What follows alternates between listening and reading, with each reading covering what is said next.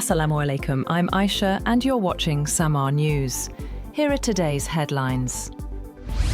Venezuelan President Nicolás Maduro has been transferred to Brooklyn's Metropolitan Detention Center in New York following a U.S. military operation in Venezuela, U.S. media report. Maduro is expected to face federal criminal charges related to drugs and weapons and will be formally arraigned in Manhattan Federal Court in the coming days. His wife may also face arraignment, though her detention status is unclear. The Metropolitan Detention Center, known for housing high-profile inmates such as Ghislaine Maxwell and R. Kelly, is a high-security facility with a reputation for harsh conditions.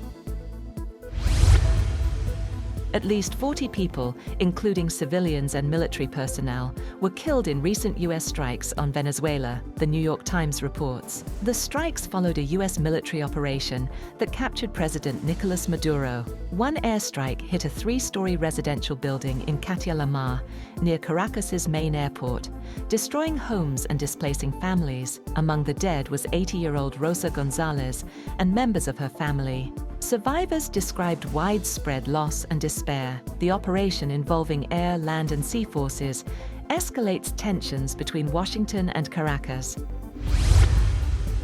Venezuela's acting president, Delcy Rodriguez, has urged citizens to defend national sovereignty after U.S. forces detained President Maduro. Speaking on state-linked Telesur, Rodriguez condemned the operation as U.S. aggression, saying it caused military and civilian casualties, and demanded Maduro's immediate release. Earlier, Venezuela's Supreme Court had ordered Rodriguez to assume the role of acting president to ensure continuity of government and defend national sovereignty during Maduro's absence.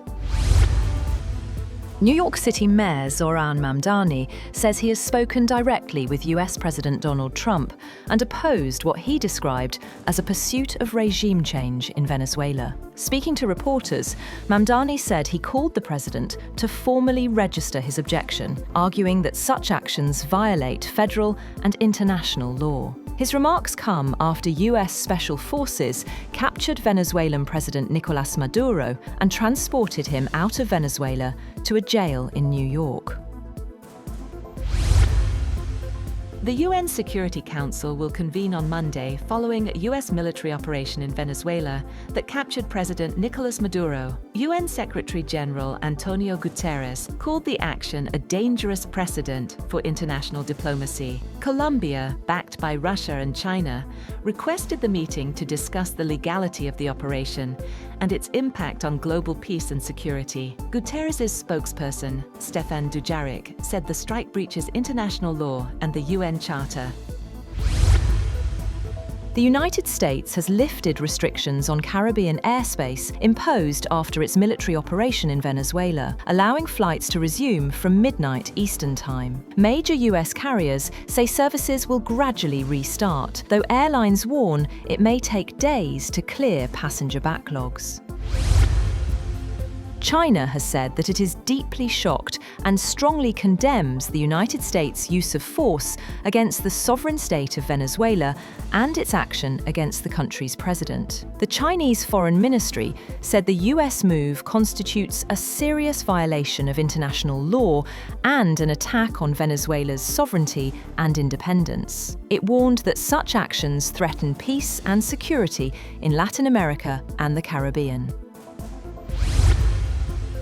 Colombian President Gustavo Petro warned of the dangers of military escalation in the region, urging that peace, respect for international law. Cuban President Miguel Díaz-Canel denounced the U.S. strike as a criminal attack and state terrorism against Venezuela and the region. Iran's foreign ministry also condemned the operation, describing it as a flagrant violation of Venezuela's sovereignty and territorial integrity. Brazil's president, Luiz Inácio Lula da Silva, has condemned the U.S. military attack on neighbor Venezuela and the capture of his Venezuelan counterpart, Nicolás Maduro, saying it crossed an unacceptable line. In a post on X, he said, These acts represent a grave affront to Venezuela's sovereignty and yet another extremely dangerous precedent for the entire international community. Lula also called for a vigorous response from the United Nations. China's military has launched its annual training for 2026, with high-intensity drills across land, sea and air forces. The PLA says the exercises focus on real combat readiness, including live-fire assaults, naval strike training and air combat drills involving J-20 stealth fighter jets. Pakistan's Deputy Prime Minister and Foreign Minister Ishaq Dar has held a series of meetings with senior Chinese officials in Beijing. According to the Foreign Office, the discussions focused primarily on strengthening bilateral ties between Pakistan and China. Ishaq Dar arrived in Beijing on Saturday to co-chair the 7th round of the Pakistan-China Foreign Ministers' Strategic Dialogue, scheduled for today, alongside Chinese Foreign Minister Wang Yi. The Foreign Office also said Dar met Chinese Executive Vice Premier Ding Shuixiang during his visit. At least 30 people were killed when gunmen attacked a busy market in Nigeria's Niger state. The attackers stormed Kasuavan Daji market, burning stalls, looting food and opening fire on civilians. Witnesses say women and children were not spared, and several people were abducted as violence spread to nearby villages.